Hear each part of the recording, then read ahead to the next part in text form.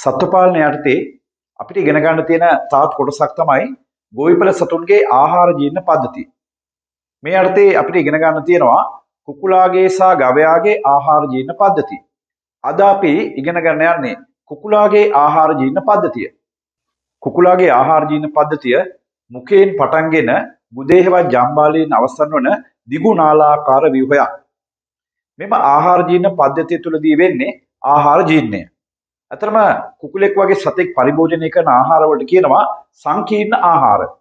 සංකීර්ණ ආහාර එක එල්ලේම දේහයට අවශෝෂණය කරගන්න බෑ. සංකීර්ණ ආහාර දේහයට අවශෝෂණය කරගන්න නම් සරල ආහාර බවට පත් වෙන්න ඕනේ. ආහාර ජීර්ණ ක්‍රියාන්නේ ඒකයි. සංකීර්ණ ආහාර සරල ආහාර බවට පරිවර්තනය වීමේ ක්‍රියාවලිය ආහාර ජීර්ණය.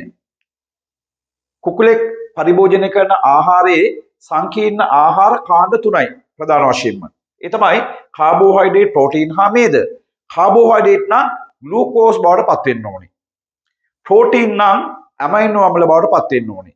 මේද නම් මේද අම්ල හා ග්ලිසරෝල් බවට පත් වෙන්න ඕනේ. එහෙම සංකීර්ණ ආහාර සරල ආහාර බවට පරිවර්තනය වුණොත් පමණයි සතුන්ට දේහයට එම පෝෂක අවශෝෂණය කරගන්න පුළුවන් වෙන්නේ. එහෙනම් සංකීර්ණ ආහාර සරල ආහාර බවට පරිවර්තනය වීමේ ක්‍රියාවලියට කියනවා ආහාර ජීර්ණය. කුකුලෙක් වගේ සරල ආමාශික සතෙක්ගේ ආහාර ජීර්ණය ප්‍රධාන වශයෙන් සිදු වෙන්නේ ක්‍රම දෙකකට. ඒ තමයි යාන්ත්‍රික ජීර්ණය සහ රසායනික ජීර්ණය. යාන්ත්‍රික ජීර්ණය කියන්නේ ආහාර කැබලි වීම, පොඩි වීම හා ඇඹරීම. රසායනික ජීර්ණය නැත්නම් එන්සයිම ජීර්ණය කියන්නේ ආහාර මතට එන්සයිම සාවය වෙලා එන්සයිමීය ප්‍රතික්‍රියා මගින් සංකීර්ණ ආහාර සරල ආහාර බවට පරිවර්තනය වීම. අපි බලමු කුකුලාගේ ආහාර ජීර්ණ පද්ධතිය විනාඩියෙන් ඇඳලා නම් කරන්නේ කොහොමද කියලා.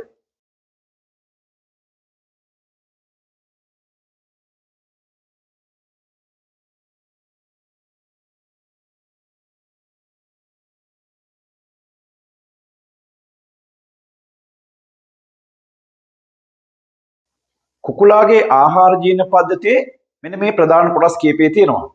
මුඛය, ග්‍රසනිකාව, අන්නසෝතය, ගොජුර, පූර්වාමාශය නැත්නම් ග්‍රන්ථිමය ආමාශය, චාර්වකය, ග්‍රහණිය, කුඩා අන්ත්‍රය, මහාන්ත්‍රය, ගුද මාර්ගය හා ජම්බාලිය.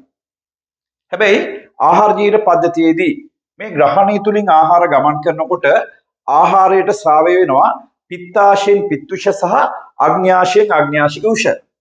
පිත්තාශය පිහිටලා තියෙන්නේ අක්මාව තුල. මේ අක්මාව. මුඛය මගින් පරිභෝජනය කරන ආහාර ජීර්ණ පද්ධතියට ඇතුළු වුණාට පස්සේ එක් ස්ථානයේදී එම ආහාර යාන්ත්‍රික හා එන්සයිම ජීර්ණයට ලක් වෙලා සරල ආහාර බවට පරිවර්තනය වෙනවා. එය තමයි ආහාර ජීර්ණය. අපි බලමු එක් කොටසේදී සිදුවන ක්‍රියාවලිය කොයි වගේද කියලා. කුකුලාගේ මුඛය හොටයක් බවට පරිවර්තනය වී තියෙනවා. හොටය මගින් සිදුවන ප්‍රධානම ක්‍රියාවලිය තමයි ආහාර අහුලා ගැනීම. කුකුලාගේ මුඛයේ දත් නැහැ, ත්‍රිකෝණාකාර දිවක් තියෙනවා. මුඛය මගින් වෙන්නේ ආහාර කෙලින්ම ගිලීම. ඒ නිසා මුඛයේදී ආහාර මතට කේටය ස්‍රාවය වුණා. කේටයේ ඇමයිලේස් එන්සයිම් තිබුණත් සැලකිතු ආහාර ජීර්ණයක් වෙන්නේ නැහැ. ඊළඟට ආහාර ගමන් කරනවා ග්‍රසනිකාවට. ග්‍රසනිකාව ඔස්සේ ගමන් කරන ආහාර අන්නසෝතයට ගමන් කරනවා. අන්නසෝතය කියන්නේ කෙටි නාලාකාර ව්‍යුහයක්. අන්නසෝතය ඔස්සේ ගමන් කරන ආහාර ඊළඟට ඇතුල් වෙන්නේ ගොජුරට. ගොජුර කියන්නේ මල්ලක් වැනි ව්‍යුහයක්. ගොජුරේ ආහාර తాවකාලිකව ගබඩා වී පවතිනවා. ගොජුරේදී ආහාර ජීර්ණයක් වෙන්නේ නැහැ. එහෙත් ආහාර මෘදු වීමකට ලක් වෙනවා. ගොජුරේ තියෙන ආහාර ඊගාවට ගමන් කරනවා පූර්ව ආමාශය හෙවත් ග්‍රන්ථිමය ආමාශයට. ග්‍රන්ථිමය ආමාශය කෙටි නාලාකාර ව්‍යුහයක් ඝන පේශිමය බිත්තියක් තියෙන. ග්‍රන්ථිමය ආමාශය තුලින් ආහාර ගමන් කරනකොට ආමාශය බිත්තේ ආහාර මතට හයිඩ්‍රොක්ලෝරික් අම්ලය හා පෙප්සිනෝජන් වැනි එන්සයිම ස්‍රාවය වෙනවා. මේ නිසා ආහාරයේ එන්සයිම ජීර්ණය ආරම්භ වෙනවා. ඒ වුණාට මේක ඊටාම කෙටි නාලාකාර ව්‍යුහයක් නිසා ඉක්මනින් මෙතුලින් ආහාර ගමන් කරන නිසා පූර්ව ආමාශයේදී එන්සයිම ස්‍රාවය වුණාට එතුලදී සැලකිය යුතු රසායන ජීර්ණයක් වෙන්නේ නැහැ. ඊළඟට ආහාර ගමන් කරන්නේ චාර්වකයේවත් වටනයට. මෙම චාර්වකයේවත් වටනය ඝන පේශිමය බිත්තියක් තියෙන මඩියක් වැනි ව්‍යුහයක්. ඔය චාර්වකයේ තුල තියෙනවා නිතරම ගල් කැට, වැලි කැට වැනි ව්‍යුහ. චාර්වකයේ තුලදී එහි රිද්මයාකාර සංකෝචන නිසා ආහාර ඇඹරීමකට හා පොඩිවීමකට ලක්වීම හේවත් යාන්ත්‍රික ජීර්ණයක් වෙනවා. මේ තුල තියෙන ගල් කැට හා වැලි කැට නිසා ඝර්ෂණ පෘෂ්ඨයේ වැඩිවීමෙන් යාන්ත්‍රික ජීර්ණය වඩාත් හොඳින් සිදු වෙනවා. ඊළඟට ආහාර ගමන් කරනවා ග්‍රහණයට. ග්‍රහණය කියන්නේ යු අකුරක් හැඩති කෙටි නාලාකාර ව්‍යුහයක්. ග්‍රහණය තුලින් ආහාර ගමන් කරනකොට පිත්තාශයෙන් පිත්තුෂත්, අග්න්‍යාශයෙන් අග්න්‍යාශකුෂත් ආහාරයේ ස්‍රාවය වෙනවා. අග්න්‍යාශකුෂයේ තියෙනවා ඇමයිලේස්, ලයිපේස් හා ට්‍රිප්සින් කියන ප්‍රධාන ජීර්ණක එන්සයිම තුන. පිත් යුෂ මගින් වෙන්නේ සතුන් පරිභෝජනය කරන ආහාරයේ තියෙනවා නම් මේද තෛලෝදීකරණය වීම. මේද තෛලෝදීකරණය කියන්නේ මේද ගෝලිකා බවට පරිවර්තනය වීම. ඇමයිලේස් මගින් සතුන් පරිභෝජනය කරන ආහාරයේ තියෙනවා නම් කාබෝහයිඩ්‍රේට් ග්ලූකෝස් ධන මෝල්ටෝස් බවට පත් වෙනවා. ලයිපේස් මගින් ආහාරයේ අර ඇතුණු මේද ගෝලිකා මේද අම්ල හා ග්ලිසරෝල් බවට පත් වෙනවා. ට්‍රිප්සින් මගින් ආහාරයේ තියෙනවා නම් ප්‍රෝටීන ඒවා ඇමයිනෝ අම්ල බවට පත් වෙනවා. මේ සිදුවලා තියෙන්නේ එන්සයිමයේ ජීර්ණය. ඒ කියන්නේ ආහාර මතර ස්‍රාවය වන එන්සයිම මගින් ආහාරයේ තියෙන සංකීර්ණ ආහාර එන්සයිමීය ප්‍රතික්‍රියා මගින් සරල ආහාර බවට පරිවර්තනය වීම. ආහාර ජීර්ණ පද්ධතියේ සැලකියුතු ආහාර ජීර්ණයක් හෙවත් විස්තීර්ණ ආහාර ජීර්ණයක් සිදු වෙන්නේ අග්න්‍යාශය තුලදී. ඊළඟට එම ආහාර ගමන් කරනවා ශුද්ධාන්ත්‍රය තුලට. ශුද්ධාන්ත්‍රය හෙවත් කුඩාන්ත්‍රය ඒකාකාර විස්කම්භයක් තියෙන දිගු නාලාකාර ව්‍යුහයක්. මෙම ශුද්ධාන්ත්‍රය තුලින් ආහාර ගමන් කරනකොට අන්ත්‍රබිත්තියෙන් ආහාර මතර ස්‍රාවය වෙනවා ආන්තික උෂ.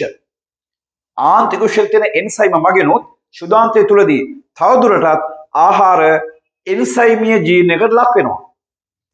ශුද්ධාන්ත්‍රය තුලින් ආහාර ගමන් කරනකොට අන්ත්‍රබිත්තියෙන් ස්‍රාවය වන ආන්තික උෂයේ එන්සයිම්ස් රාශියක් තියෙනවා. එකක් තමයි සුක්‍රේස්, තවත් එකක් මෝල්ටේස්. සුක්‍රේස් එන්සයිම මගින් සුක්‍රෝස්, ග්ලූකෝස් ධන ෆ්‍රුක්ටෝස් බවට පත් වෙනවා. මෝල්ටේස් එන්සයිම මගින් ශුද්ධාන්ත්‍රයේ තියෙන මෝල්ටෝස් කියන ආහාරය ග්ලූකෝස් බවට පරිවර්තනය වෙනවා. දැන් ශුද්ධාන්ත්‍රය තුලදී ආහාර ජීර්ණය අවසන්. කුකුලා පරිභෝජනය කරන ආහාරයේ සංකීර්ණ ආහාර සියල්ලම පාහේ සරල ආහාර බවට පරිවර්තනය වී අවසන්. ශුද්ධාන්ත්‍රයේ අභ්‍යන්තර බිත්තියේ තියෙනවා අංගුලිකා නම් නෙරීම්.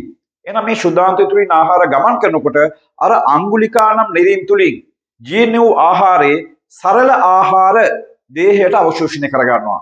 ඒත් එක්කම ආහාරයේ තියෙන විටමින් හා khනිජ අංගුලිකා මගින් දේහයට අවශෝෂණය කර ගන්නවා. ඊළඟට ආහාර ගමන් කරනවා මහාන්ත්‍රයට. මහාන්ත්‍රය කියන්නේ විස්කම්භයේ තරමක් වැඩි හැබැයි කෙටි නාලාකාර ව්‍යුහයක්. කුකුලාගේ මහාන්ත්‍රය අනෙක් ගොවිපළ සතුන්ගේ මහාන්ත්‍රය වගේ තරම් දිගු නැහැ. මහාන්ත්‍රයේ ප්‍රධානම කෘත්‍යය තමයි දේහයට අවශ්‍ය ජලය අවශෝෂණය කර ගැනීම. ඊළඟට ආහාර ගමන් කරන ගුද මාර්ගයට. ඉතින් සතුන් පරිභෝජනය කරන ආහාර 100%ක්ම සතුන්ට ජීර්ණය කරගන්න බෑ. ජීර්ණය කරගන්න බැරි ආහාර කොටසට කියනවා මල ද්‍රව්‍ය. ජීර්ණය කරගන්න බැරි ආහාර කොටසේවත් මල ද්‍රව්‍ය ගුද මාර්ගය තුල తాවකාලිකව තැන්පත් වෙලා ජම්බාලිය මගින් බාහිර පරිසරයට පිට කරනවා.